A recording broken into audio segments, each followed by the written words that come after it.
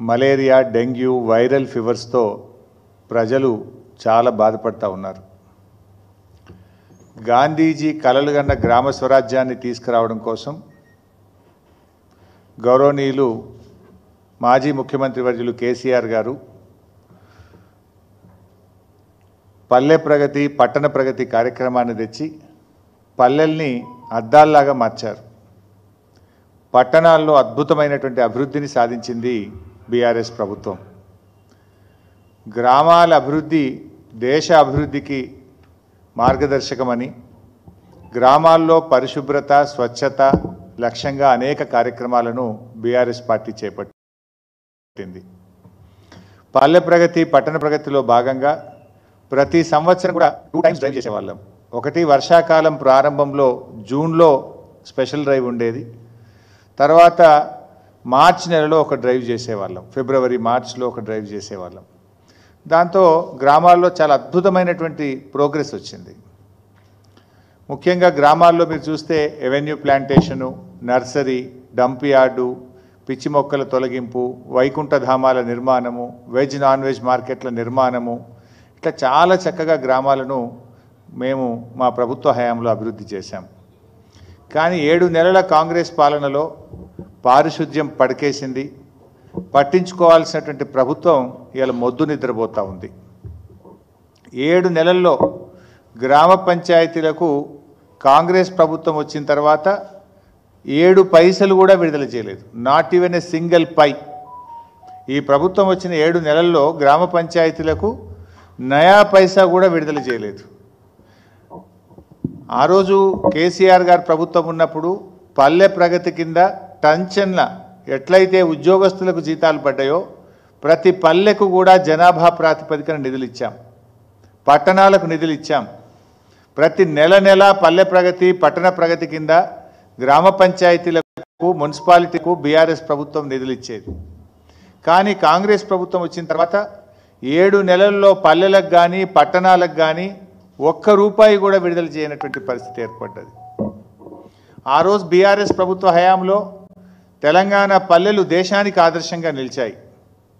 మనం ఈ దేశంలో ఎక్కడ లేని విధంగా చిన్న కుగ్రామమైనా సరే ప్రతి గ్రామ పంచాయతీకి కూడా ట్రాక్టరు, ట్యాంకరు, ట్రాలీ, వైకుంఠధామము, నర్సరీ, డంప్ యార్డు, పల్లె ప్రకృతి వనము, ఇట్లా ప్రతి గ్రామ పంచాయతీకి ఏర్పాటు చేసి దేశానికి ఆదర్శంగా తెలంగాణ పల్లెల్ని నిలిపారు కేసీఆర్ గారు.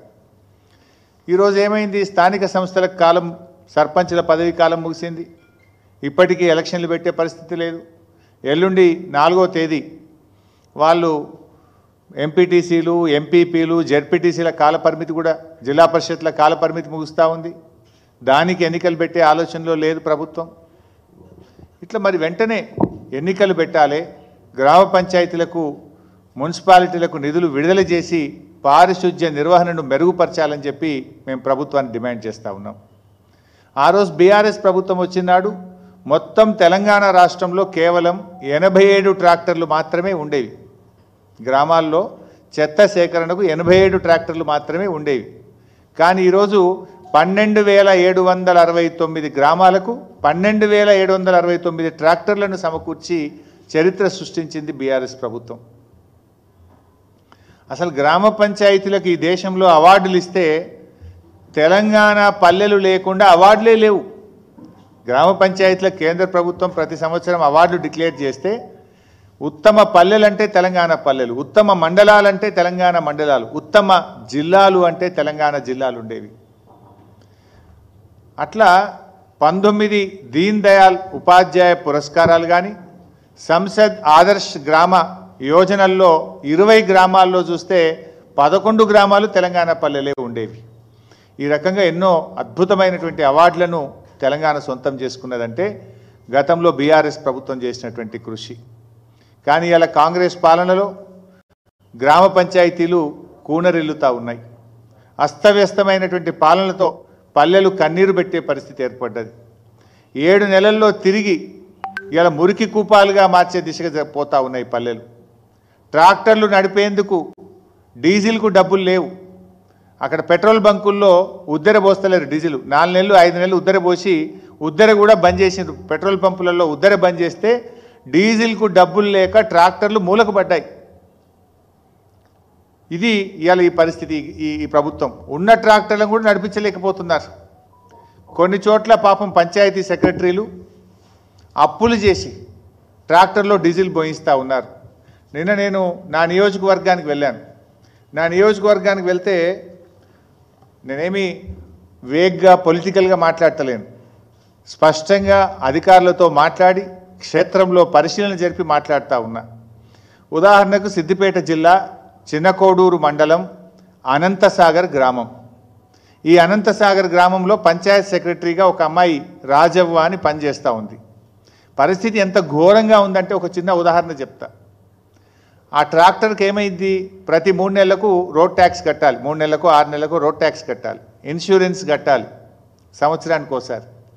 సో గ్రామ పంచాయతీలకు 7 నెలల నుంచి రూపాయి వస్తలేదు, రోడ్ ట్యాక్స్ కట్టలేదు, ఇన్సూరెన్స్లు కట్టలేదు. ఆ ట్రాక్టర్ రోడ్డు మీద పోయింది. చెత్త సేకరించుకొని పోతుంటే ఆర్టీఓ డిపార్ట్మెంట్ వాళ్ళు ట్రాక్టర్ను పట్టుకొని దీనికి రోడ్ ట్యాక్స్ కట్టలేదని సీజ్ చేసిండ్రు. అరే ఇది గ్రామ పంచాయతీ ట్రాక్టరు, గవర్నమెంట్ ట్రాక్టర్ అంటే కూడా నథింగ్ డూయింగ్, రోడ్ ట్యాక్స్ కట్టలేదని ఆర్టీఓ ఆఫీస్ వాళ్ళు సీజ్ చేసి దాన్ని పోలీస్ స్టేషన్లో పెట్టిండ్రు.